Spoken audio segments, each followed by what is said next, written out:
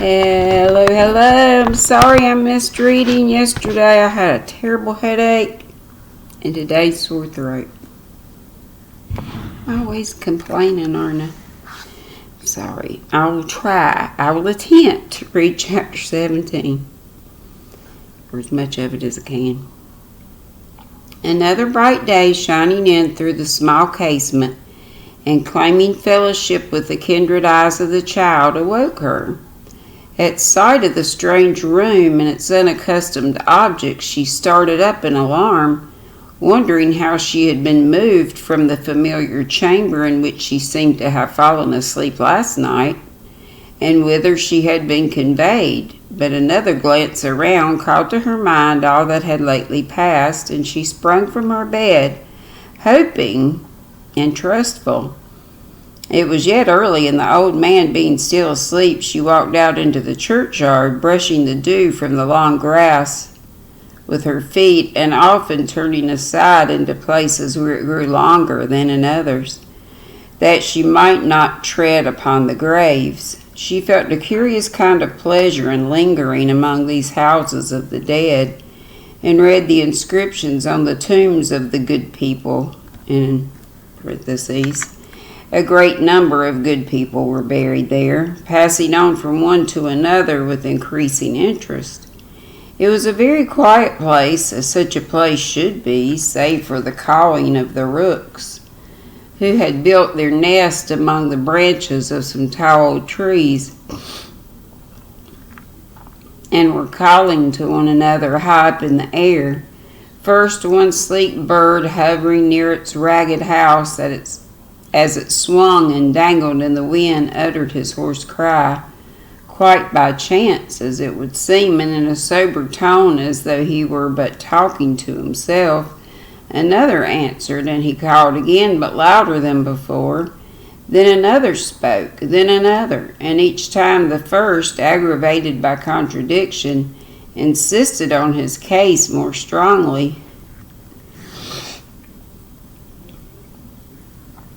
Oh, mercy.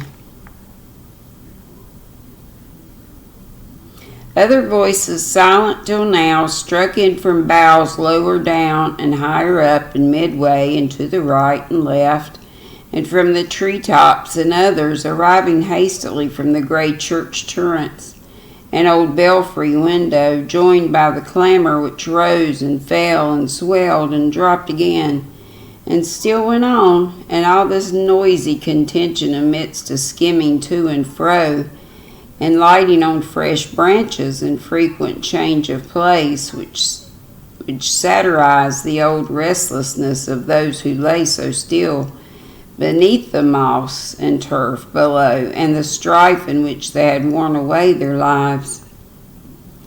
Frequently raising her eyes to the trees whence these sounds came down, and feeling as though they made the place more quiet than perfect silence would have done, the child loitered from grave to grave, now stopping to replace with careful hands the bramble which had started from some green mound. It helped to keep its shape, and now peeping through one of the low latticed windows into the church, with its worm-eaten books upon the desk and bays of white and green mouldering from the pew sides, and leaving the naked wood to view, there were the seats where the poor old people sat, worn sparse and yellow like themselves, the rugged front where children had their names, the homely altar where they knelt in after life, like plain black trestles that bore their weight on their last visit to the cool old shady church. Everything told of long use and quiet slow decay. The very bell rope in the porch was frayed into a fringe and hoary with old age, Hoary. She was looking at a humble stone which told of a young man who had died at 23 years old, 55 years ago, and when she heard a faltering step approaching, and looking round saw a feeble woman bent with the weight of years who taught her to the foot of that same grave and asked her to read the writing on the stone. The old woman thanked her when she had done, saying that she had the words by heart for many a long year, but could not see them now. "Were you his mother?" said the child. "I was his wife, my dear." She, the wife of a young man of 23. Ah, true, it was 55 years ago. "You wonder to hear me say that," remarked the old woman, shaking her head. "You're not the first. Older folk than you have wondered at the same thing before now. Yes, I was his wife. Death doesn't change us more than life, my dear." Now my stomach's gonna be a bit.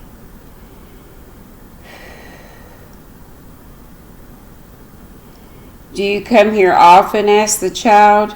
"I sit here very often in the summertime," she answered. "I used to come here once to cry and mourn, but that was a weary while ago, bless God. I pluck the daisies as they grow and take them home," said the old woman, after a short silence. "I like no flowers so well as these, and haven't for 55 years. It's a long time, and I'm getting very old." Then, growing garrulous upon a theme which was new to one listener, though it were but a child, she told her how she had wept and moaned and prayed to die herself when this happened, and how when she first came to that place, a young creature strong in love and grief, she had hoped that her heart was breaking as it seemed to be, but that time passed by, and although she continued to be sad when she came there, still she could bear to come, and so went on until it was pain no longer, but a solemn pleasure, and a duty she had learned to like.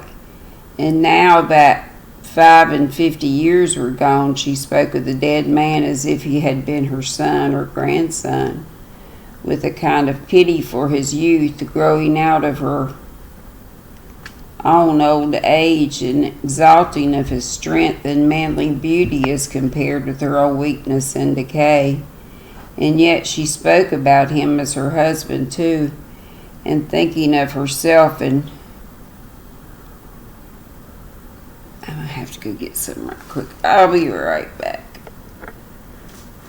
I wish I knew how to edit and cut these bits out. Oh Lord, I'm hung up in the charger.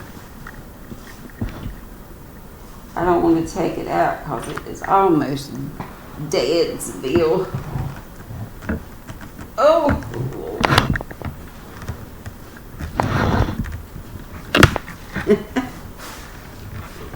Oh mercy.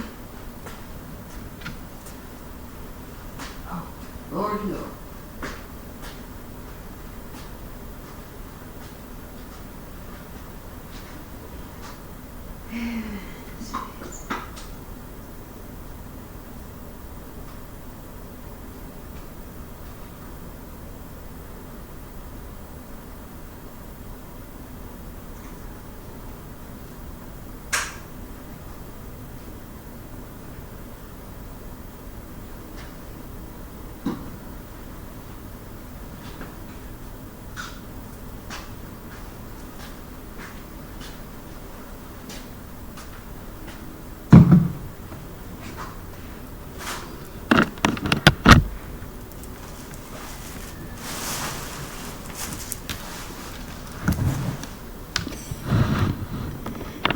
The craziest thing ever, right?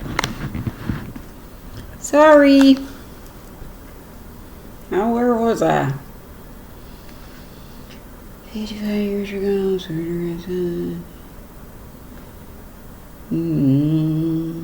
former self, and thinking of the happiness of that comely girl who seemed to have died with him. Okay, that's the last thing I read. The child left her gathering the flowers that grew upon the grave and thoughtfully retraced her steps.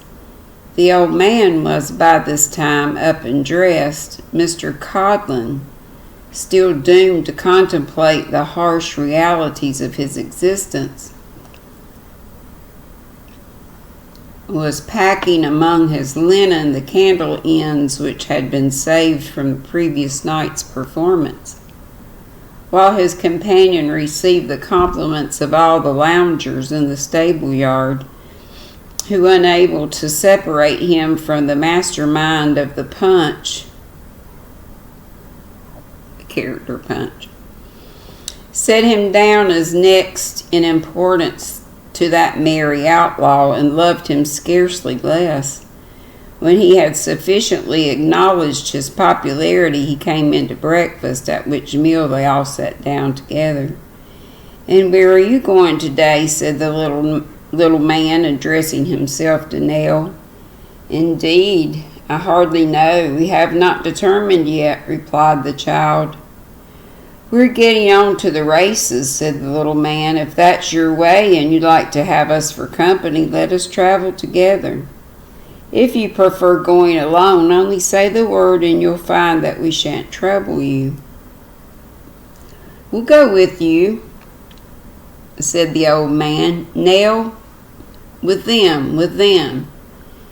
The child considered for a moment, reflecting that she must shortly beg, and could scarcely hope to do so at a better place than where crowds of rich ladies and gentlemen were assembled together for purposes of enjoyment and festivity, determined to accompany these men so far, and therefore thanked the little man for his offer, and said, glancing timidly towards his friend, that if there were no objection to their accompanying them as far as the race town. "Objection?" said the little man.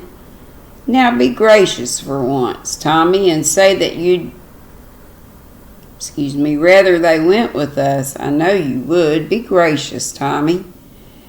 "Trotters," said Mr. Codlin, who talked very slowly and ate very greedily, as it is not uncommon with philosophers and misanthropes.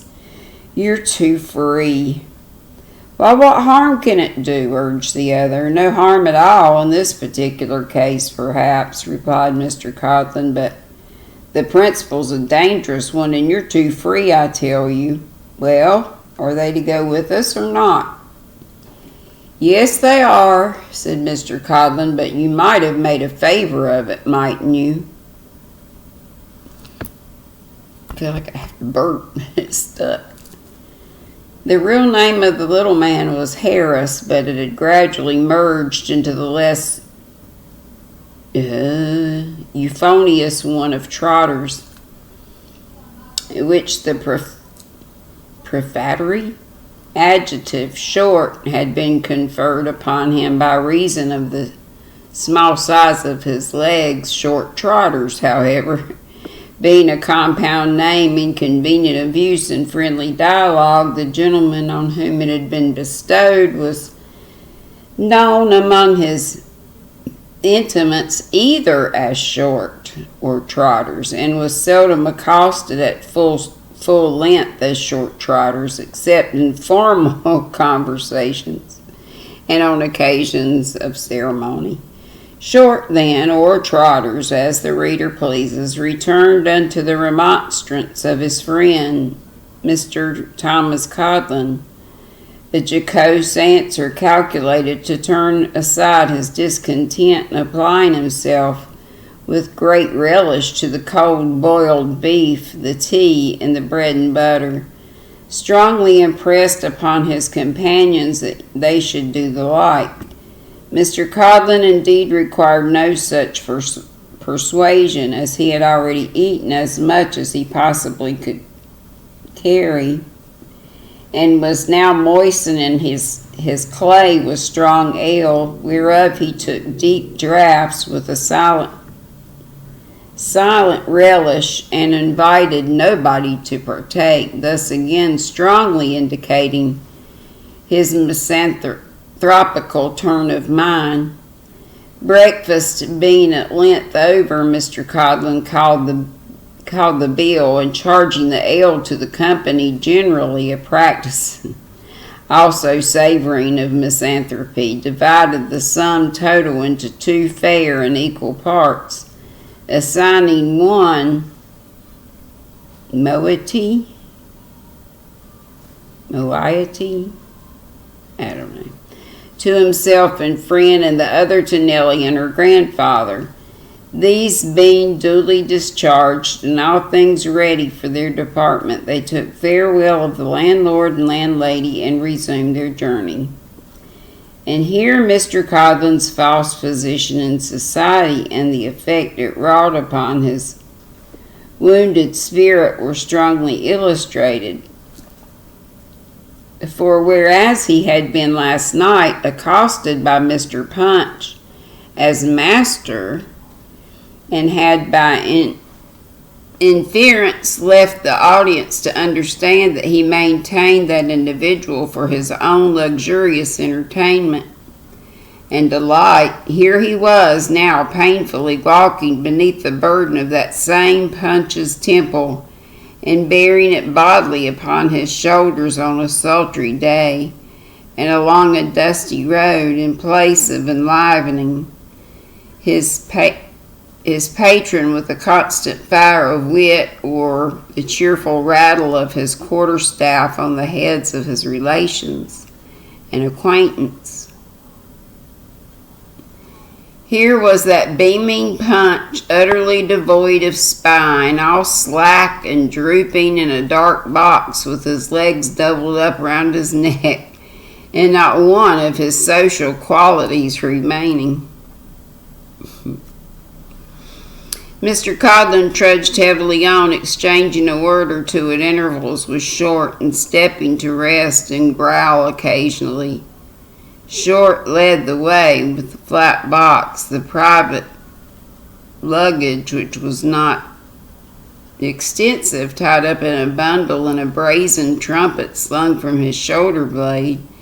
Nell and her grandfather walked next to him on either hand, and Thomas Codlin brought up the rear. When they came to any When they came to any town or village, or even to a detached house of good appearance, you want down, honey? Come here, kitty, kitty, kitty, kitty. Hey, kitty, come here. Nikolai, come here. What are you looking at? Come here. Come here, kitty. Here, you want down? Here's a chair. I'm going to jump down from the table. Kitty, look. Kitty, kitty, kitty, kitty. Come here. What are you looking at so weird? Station break by Kitty. Come here. Now he's sitting down now. This table is a mess. Stuff on it. Kitty, kitty, look. I want y'all to see him if you can. Nikolai. Kitty. Kitty, kitty. Come here. Come here. Come here, kitty.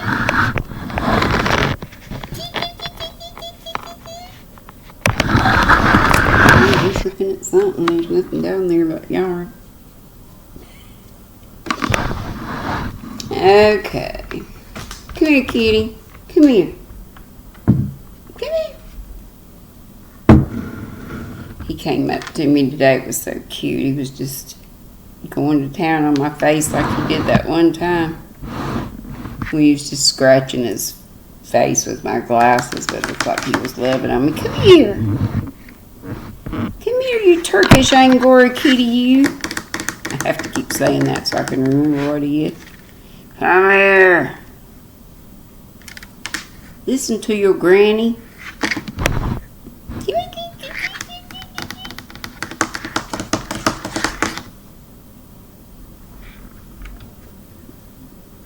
Look. Here, show him how you do.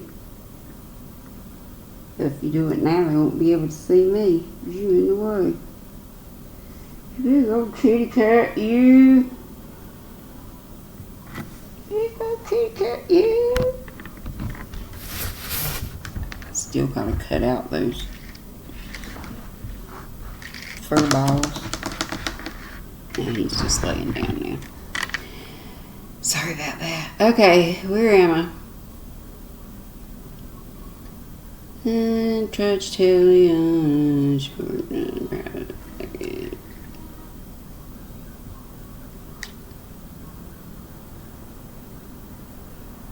brought up their ear. When they came to any town or village, or even to a detached house of good appearance, Short blew a blast upon the brazen trumpet and caroled a fragment of a song in that hilarious tone common to punches and their consorts. If people hurried to the windows, Mr. Codlin pitched the temple, and hastily unfurling the drapery and concealing Short therewith, flourished hysterically on the pipes and performed on air. Then the entertainment began as soon as might be, Mr. Codlin having the responsibility of deciding on its length and of protracting or expediting the time for the hero's final triumph over the enemy of mankind, according as he judged that the after-crop of halfpence would be plentiful or scant. When it had been gathered in to the last farthing, he resumed his load, and on they went again. Sometimes they played out the toll across a bridge or ferry, and once exhibited by peculiar desire at a turnpike, where the collector, being drunk in his solitude, paid down a shilling to have it to himself. There was one small place of rich promise in which their hopes were blighted, for a favorite character in the play, having gold lace upon his coat and being a meddling, wooden-headed fellow, was held to be a libel on the beadle, for which reason the authorities enforced a quick retreat. They were generally well received, and seldom left a town without a troop of ragged children shouting at their heels. They made a long day's journey despite these interruptions, and were yet upon the road when the moon was shining in the sky.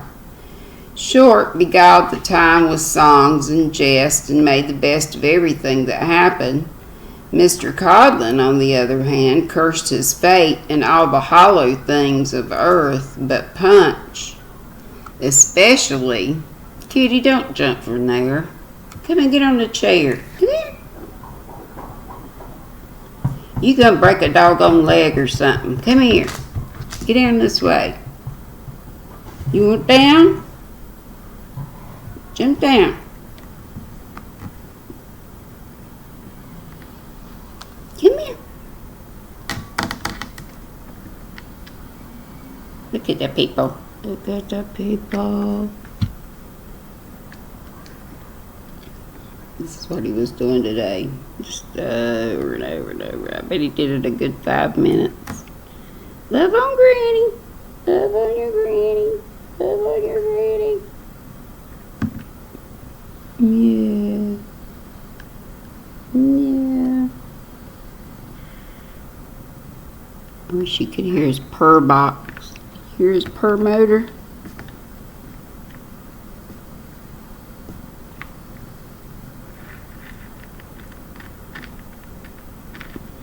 Can they hear your purr motor, huh? Turkish Angora kitty that needs a good shaving, huh? Purdy, you just need to be deballed.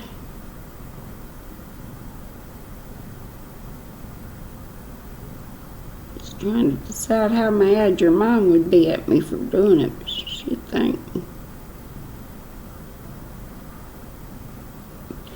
There's been a million flies around outside today. Y'all had house flies? Ugh. And of course, they come in when you're in and out, in and out. Let's see, where was I? But Punch especially, and limped along the theater on his back, a prey to the bitterest chagrin. They had stopped to rest beneath a finger post where four roads met, and Mr. Codlin, in his deep misanthropy, had let down the drapery and seated himself in the bottom of the show, invisible to mortal eyes, and disdainful of the company of his fellow creatures. When two monstrous shadows were seen stalking towards them,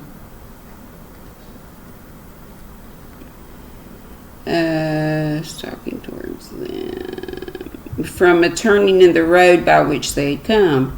The child was at first quite terrified by the sight of these gaunt giants, for such they looked as they advanced with lofty strides beneath the shadow of the tree.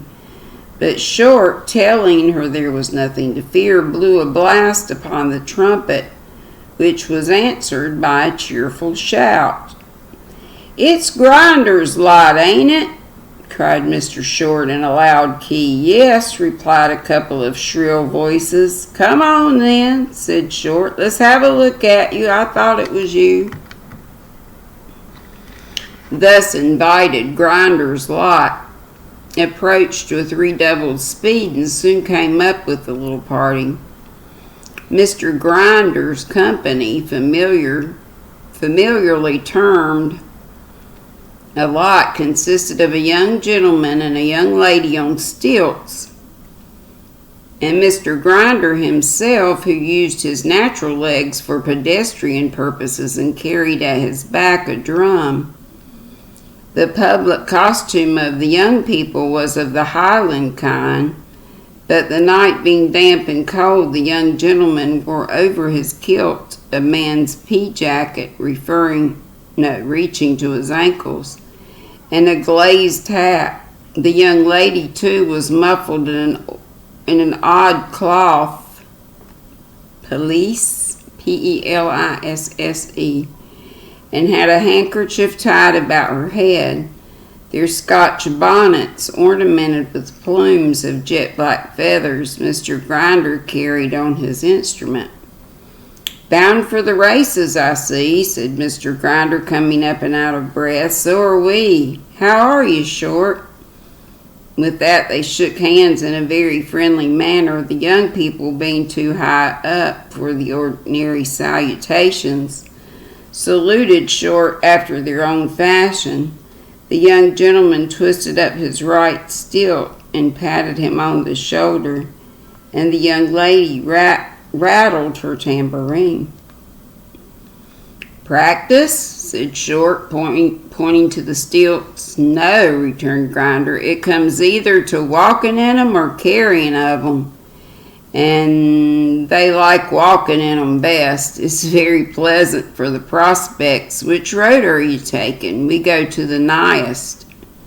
"Why, the fact is," said Short, "that we're going the longest way, because then we could stop for the night 1.5 miles on. But 3 or 4 mile gain tonight is so many saved tomorrow, and if you keep on, I think our best way is to do the same." "Where's your partner?" inquired Grinder. "Here he is," cried Mr. Thomas Codlin, presenting his head and face in the proscenium of the stage and exhibiting an expression of countenance not often seen there, and he'll see his partner boiled alive before he'll go on tonight. That's what he says. Well, don't say such things as them in a sphere which is devoted to something pleasanter, urged Short. "Respect associations, Tommy, even if you do cut up rough." "Rough or smooth," said Mr. Codlin, beating his hand on the little footboard where Punch, when suddenly struck with the symmetry of his legs and their capacity for silk stockings, is accustomed to exhibit them to popular admiration, rough or smooth. I won't go further than the 1.5 miles tonight. I put up at the Jolly Sandboys and nowhere else. If you'd like to come there, come there. If you'd like to go on by yourselves, go on by yourself. And do without me if you can." So saying, Mr. Codlin disappeared from the scene and immediately presented himself outside the theater. Took it on his shoulders at a jerk and made off with the most remarkable agility. Any further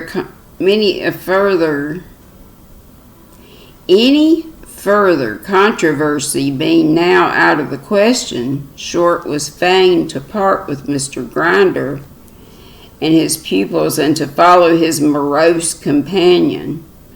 After lingering at the finger post for a few minutes to see the stilts frisking away in the moonlight and the bearer of the drum, I'm gonna lost my spot. I've been doing pretty good. Didn't I just say drum? Bearer of the drum, toiling slowly after them, he blew a few notes upon the trumpet as a parting salute and hastened with all speed to follow Mr. Codlin. With this view, he gave his unoccupied hand to Nell, and bidding her be of good cheer as they would soon be at the end of their journey for that night, and stimulating the old man with a similar assurance, led them at a pretty swift pace towards their destination, which he was the less unwilling to make, for as the moon was now overcast and the clouds were threatening rain. That's all, chapter 17. Sorry for all them breaks. Kitty break, stomach pain break. Hair was stupid. But anyway, isn't this gorgeous? I need a pretty shirt to wear up underneath it. I might have to find one. Glitter, glitter, glitter. Thank you, Nana Michelle. Be sweet, don't be ugly. Sleep well, and I'll be live at 5. No, I won't. Tomorrow's Saturday. Tea at 3. And Sunday.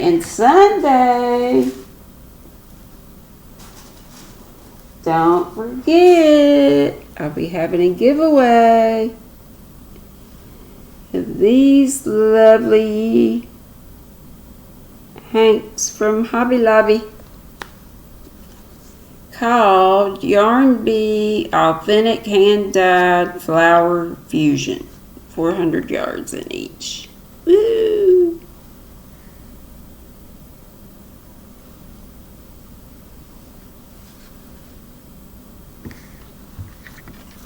Good night.